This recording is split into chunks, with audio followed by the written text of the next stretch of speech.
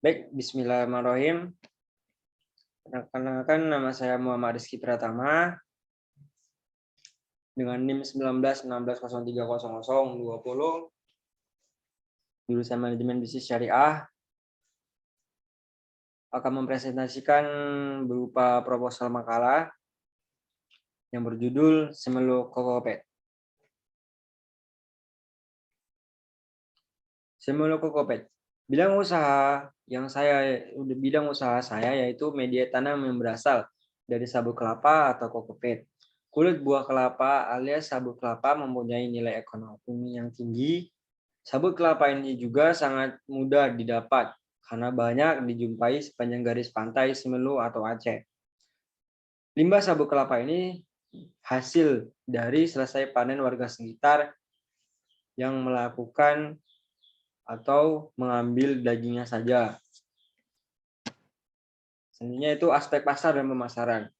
Yang pertama, segmentasi. Segmentasi ini adalah pengelompokan atau pembagian ini ditunjukkan kepada para mereka yang melakukan media tanam atau yang para pekebun. Targeting ini fokusnya kami kepada para mereka yang melakukan media tanam juga, seperti pekebun, ibu-ibu rumah tangga yang melakukan media tanam atau yang menanam bunga. Positioning. Kami sangat mementingkan kualitas produk yang akan kami pasarkan kepada para konsumen. Selanjutnya aspek teknis dan teknologi. Pertama itu proses operasi usaha, di mana poinnya adalah rencana penjualan produk. Rencana penjualan produk ini di mana kita akan menyusun rencana penjualan ini akan di mana saja akan dijual produk-produk tersebut. Selanjutnya itu rencana persediaan produk. Persediaan produk ini kami akan juga menyediakannya untuk beberapa saat agar produk yang dihasilkan tidak habis begitu saja. Yaitu rencana tenaga kerja, di mana juga kami akan membutuhkan tenaga kerja kepada mereka yang tamatan SMK atau tamatan kuliah juga. Rencana pengawasan. Nah, sedangkan pengawasan ini kita sendiri yang memantau pekerjaan tersebut. Dan kedua itu kebutuhan bahan operasi.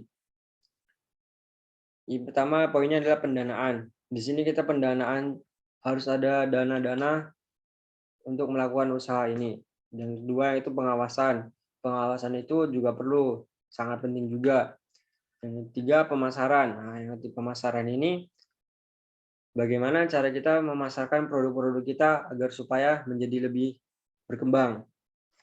Yang ketiga, kegiatan perawatan teknologi. Perawatan teknologi ini juga harus dirawat karena perawatan berupa mesin-mesinnya begitu. Selanjutnya aspek manajemen dan organisasi. Nah, di sini kita bisa lihat pertama yaitu direkturnya saya Muhammad Rizky Pratama, saya sendiri, dan bagian produksinya itu Nur Hayati AN. Di samping di tengahnya itu ada bagian pemasaran yaitu Siti Haya. Di sebelah kanannya ada bagian keuangan yaitu dipegang oleh Mega Aula Sinta S, dan di bawah bagian produksi ini atau di bawah naungan Nur Hayati AN ini, di bawahnya itu adalah karyawan-karyawan yang bekerja.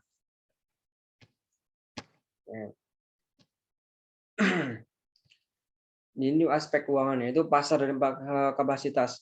Di sini kita bisa lihat pada 2019, 2020, dan 2021 dengan semua kita akulasinya dengan market share sebesar 20%, dapatlah jumlah pada tahun 2021 454, produksi maksimal 41,98, kapasitas mesin 25, jumlah mesin 2, kapasitas maksimal 50.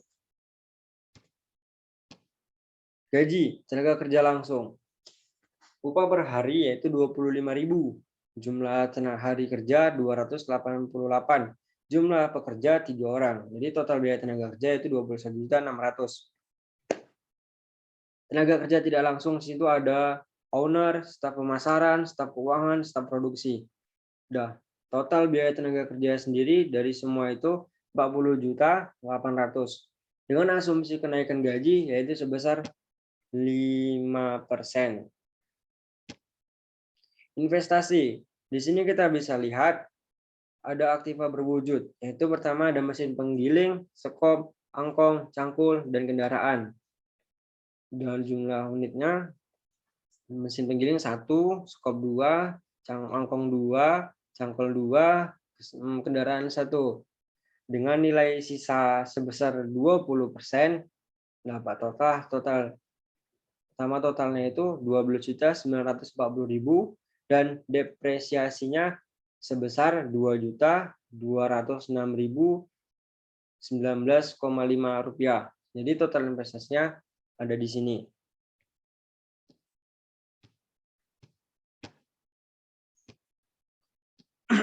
Biaya produksi yaitu biaya tenaga kerja langsung, biaya tenaga kerja tidak langsung, bahan baku, plastik, transportasi, dan BBM, listrik dan telepon, depresiasi. Dan jumlahnya itu kita dapat dengan total 89.796.684 rupiah. Di sini ada uraian juga yaitu bahan baku dan plastik. Jadi total kebutuhan dana tahun pertama sama dengan total investasi ditambah biaya produksi tahun pertama. Nah, kita total dan dapatnya yaitu 102.736.684 rupiah. Sumber dana yaitu kebutuhan dana sama dengan modal sendiri yaitu 102.736.684 rupiah. HPP-nya. Di sini kita bisa melihat semuanya ada di sini yaitu perhitungan harga pokok produksi dan penjualan, biaya WIP, total BOP, barang tersedia untuk dijual. Nah, di sini kita bisa dapat melihat harga jual pokoknya itu Rp256.733. Harga pokok produksi Rp90.633,77. Rugi laba dan cash flow. Pemasukan hasil penjualan yaitu Rp116.508.761. Pengeluaran total pengeluaran yaitu Rp107.447.560. Laba sebelum pajak, pajak penghasilan, laba setelah pajak. Nah, di sini kita dapat melihat sisanya yaitu kas awal, kan? Di sini kita lihat kas awal dan sini dapat kita lihat kas akhirnya. Neraca yaitu aktiva lancar, aktiva tetap, dan total aktivanya. Di sini kita lihat total aktivanya itu sebesar Rp10.733.981. Pasifanya atau hutang lancar tidak ada, itu kosong.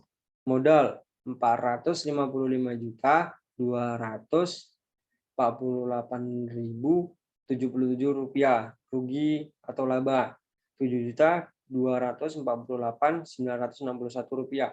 Total pasifanya itu Rp462.497.37. BEP-nya. Nah, di sini kita dapat melihat penjualannya, fixed cost-nya, dari variable cost-nya. Nah, jumlahlah dapatlah harga BEP harganya sebesar Rp40.767.629. Dan analisanya bisnis dinilai layak karena tingkat penjualan lebih tinggi dari nilai BEP harga. Bisnis dinilai layak karena kapasitas produk lebih tinggi dari nilai BEP unit. Nah, yang itu penilaian investasi. Keterangan PV kas masuk dan PV kas keluar. Nah, nilai PI-nya sendiri yaitu 1,0087. Analisisnya bisa dinilai layak di mana nilai PI setiap tahun lebih besar dari angka 1. Sekian, terima kasih presentasi dari saya. Lebih kurangnya saya mohon maaf apabila ada salah, saya minta maaf. Assalamualaikum warahmatullahi wabarakatuh.